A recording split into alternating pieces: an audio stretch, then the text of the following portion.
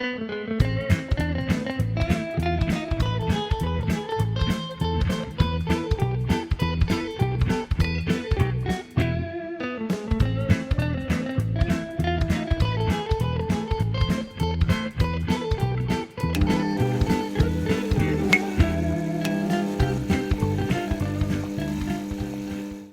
folks, Mackenzie Lambert here with a quick pair of reviews for Mack and the Movies. Recently, I've been re-uploading my Mack and the Movies podcast episodes. I noticed I uploaded the movie reviews of the Ghostbusters episode, which was number 3 on my channel. To avoid redundancy, I'm not going to re-upload the whole episode. I'm actually just going to be uploading this video, which is going to be me sharing my thoughts on the 2021 release, Ghostbusters Afterlife, and the 2024 release, Ghostbusters Frozen Empire. So let's get to the movies. No, worse, we got movies! No!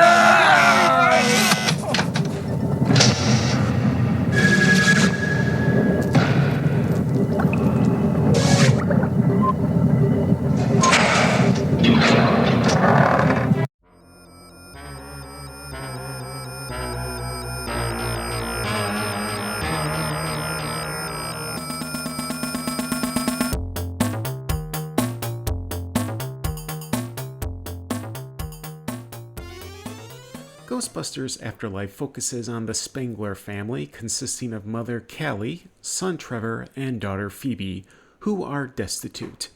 Callie finds out they've inherited the farmhouse of her reclusive father, Egon Spengler, located in Summerville, Oklahoma. At their new home, they try to make do, yet strange things begin to occur. At the same time, Trevor and Phoebe begin to go through some of their grandfather's belongings. What follows is a mix of family adventure with light horror elements, a lot of callbacks and references to the original film. Muncher is essentially Slimer 2.0.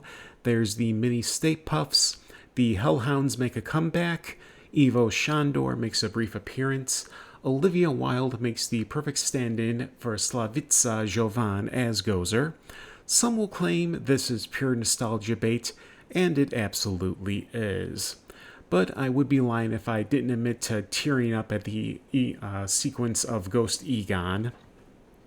Credit to Bob Gunton of Shawshank Redemption and Patch Adams for standing in for Ramus. Glad Gunton got to finally play a good guy for a change. After the socio-political debacle that was the 2016 Ghostbusters remake, Sony and Ghost Corps reevaluated the direction of the Ghostbusters franchise. Putting creation direction duties to Ivan and Jason Reitman was a good first step. This would lead to the development of Ghostbusters Afterlife. Instead of going with a new continuity, the choice was made to continue in the universe of the first 2 movies. People who went in expecting another New York City-centric romp would be disappointed. What we got here instead was a Spielbergian adventure film a la The Goonies. In fact, describing Afterlife as Ghostbusters meets Goonies is a perfect way to sum up this film. Trevor, Phoebe, Podcast, and Lucky each have their own quirks and personality, not unlike Mikey, Data, Chunk, and Mouth. My first issue with the film is the fact that Egon had a family. In Ghostbusters 2, Peter made the joke of science chicks digging that huge cranium of his, to which Egon replied they're interested in his epididymis. So Egon had an interest in women, so for him to pursue one isn't out of the question. If I had to guess, it may have involved the short-lived romance between Egon and Janine that was hinted at in the later half of the original film, including an embrace in the closing credits. Deleted scenes also showed sparks between Egon and Janine. Having Janine as the caretaker of Egon's farmhouse is a subtle nod to that pseudo-romance. And actress Carrie Coon is 43 but could easily pass as 3 or 4 years younger, which would fit in the timeline for Egon and Janine to have a romance that may have fizzled out, but not before Janine was with child. It's a theory of mine, and I'll admit the film doesn't offer any evidence for that case.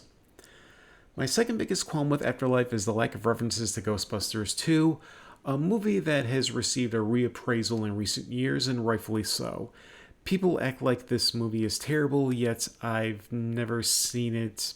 I've never even considered it to be warranted of such a cynical, mean-spirited response. The music score primarily utilizes Elmer Bernstein's original Ghostbusters music score, but none of Randy Edelman's Ghostbusters 2 score. Highlights of the cast include McKenna Grace as Phoebe Spangler, Paul Rudd as Gary Gruberson, Phoebe's teacher and a Ghostbusters fanatic himself, and Logan Kim as Podcast. These were the 3 performances that kept me engaged throughout the whole runtime.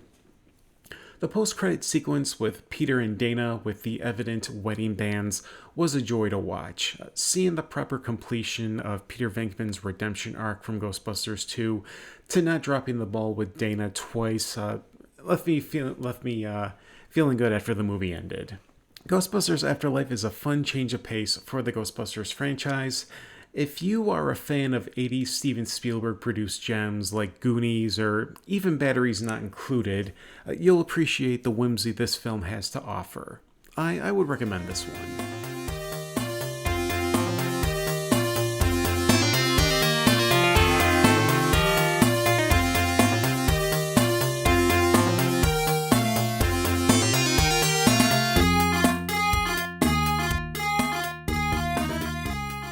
Ghostbusters Frozen Empire takes place 3 years after the events of Somerville, Oklahoma.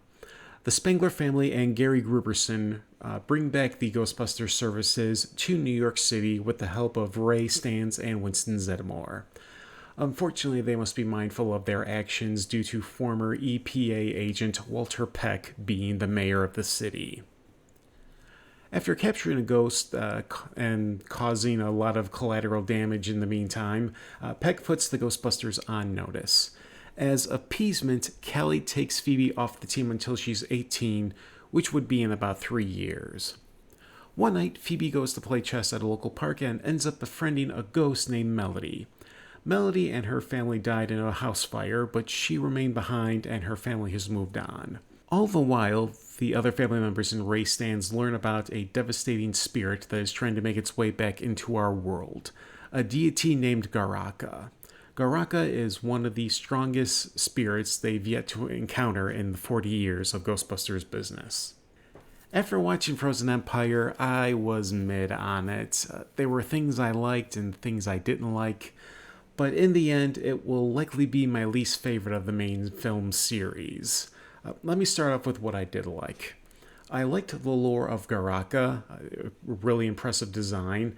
It was nice to have a baddie that had nothing to do with Zool, Gozer, or Ivo Shandor. I was happy to see Janine suited up for the climax. The IDW comic run with her as the team lead is something I would love to see brought to the screen. Kylie Griffin and Melanie Ortiz are long overdue for making film appearances. The use of the original cast was appreciated.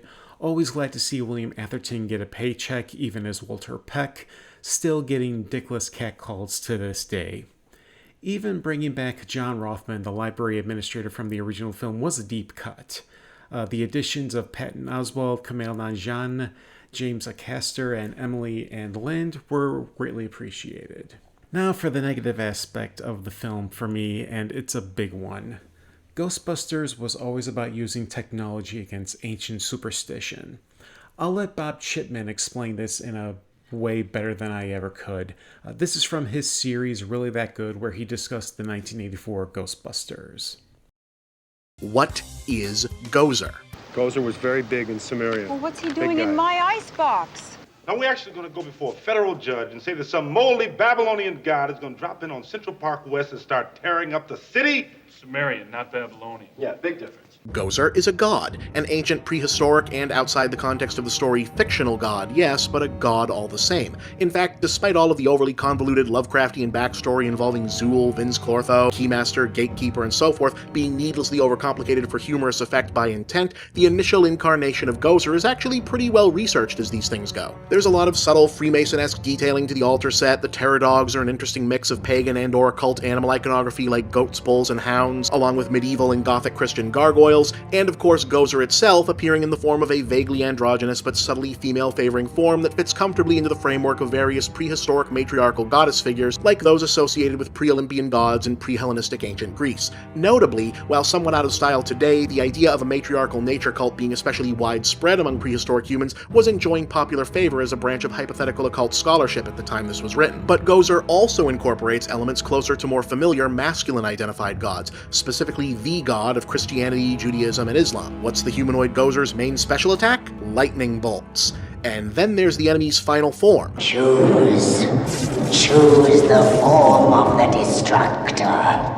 A giant booming voice in the clouds shouting down at humanity. It's easy to miss the daring significance of this visual given that it precedes the more iconic and Ghostbusters-specific introduction to Mr. Stay Puft. But think about it for a minute. In this moment, Gozer is largely indistinguishable from a decidedly Old Testament vision of not simply a god, but the god. And that's pretty damn interesting when you remember that the Ghostbusters aren't standing before Gozer as worshippers, sacrifices, or even rival religionists trying to work out a proper prayer or incantation to banish it. We've been going about this all wrong. This Mr. Stay Puft is okay. He's a sailor. He's in New York. We get this guy laid, we won't have any trouble. Yeah, you ever think about that? In most movies involving all-powerful deities or demigods, the finishing move tends to be finding a talisman or long-forgotten trick in the canon of the otherworldly fiend itself, with the explicit or implicit moral to the story almost always being that a familiarity with and respect for the old traditions is necessary to remain safe even in modernity. Remember, that's the underlying message of The Exorcist. If only Reagan's all-too-modern mom, a single mother acting in movies about leftist political activism, lest you forget, hadn't gone and raised her as a godless secular heathen, maybe she might not have needed an old priest, young priest tag team to keep Satan by way of Pazuzu from taking hold of her. But that's not Ghostbusters. When Peter Venkman, Ray Stantz, Egon Spengler, and Winston Zedmore stand before Gozer the Gozerian, they are scientists of no discernibly notable religious disposition, except for Winston sort of. I love Jesus' style. Standing against a god, and they've come to defeat that god with science. Ghostbusters, fundamentally, stripped to its core, is a movie about science versus superstition, the ascendant technological ingenuity of man, and as mentioned, not even special ingenuity that only certain benighted scientists can use. The Ghostbusters already refined their tech into a democratized, user-friendly form that even a newbie like Winston can evidently learn to wield in the course of a day or two, versus literally the ancient powers of the gods. And since nearly all modern stories about humanity's relation to ancient or fictional gods are subtextually about the relation of said story's society of origin to its own currently dominant spiritual belief systems, yeah, you see where this is going. Ghostbusters is a science versus religion story where religion gets its ass handed to it. Four men of science, representatives previously of a secular academia that institutionalizes the forward thrust of knowledge against belief, and the Western city that most iconically symbolizes the upward ascendance of human progress, stand before an ancient, all-powerful, lightning-throwing voice from the clouds and declare in no uncertain terms, no, you don't get to win anymore. You don't get to be in charge anymore. Knowledge is power. We've got it. We know how to use it. Everything from the management of spirits to the date the world ends isn't under your control anymore, it's under ours. Or as Peter puts it, let's show this prehistoric bitch how we do things downtown. Which is why the inclusion of the Fire Masters feels like such a betrayal to what Ghostbusters represents. Not like the proton packs couldn't be modified. I like that Phoebe replaces the nickel of the proton pack with brass, which keeps Garaka at bay. Why not create fire-based equipment? Why pyrokinesis after instances that make jokes of phenomena like ESP, cryptozoology, and the theory of Atlantis? The introduction of the Fire Masters should just be another example of mysticisms that fail and fall apart in the light of technological advancements. And this is why I find myself being mid on the film, leaving me with a disappointment I haven't felt from any of the other mainline movies. I just can't bring myself to recommend this film. Maybe the next film will return to that element, but we won't know until the next Ghostbusters movie comes out in the next few years. Either way, I still have the original films and Afterlife to go back to. And so that does it for this quick review for Mack and the movies. Feel free to leave your thoughts and comments in the section below. Until next time, this is Mackenzie Lambert signing off. Take care, folks.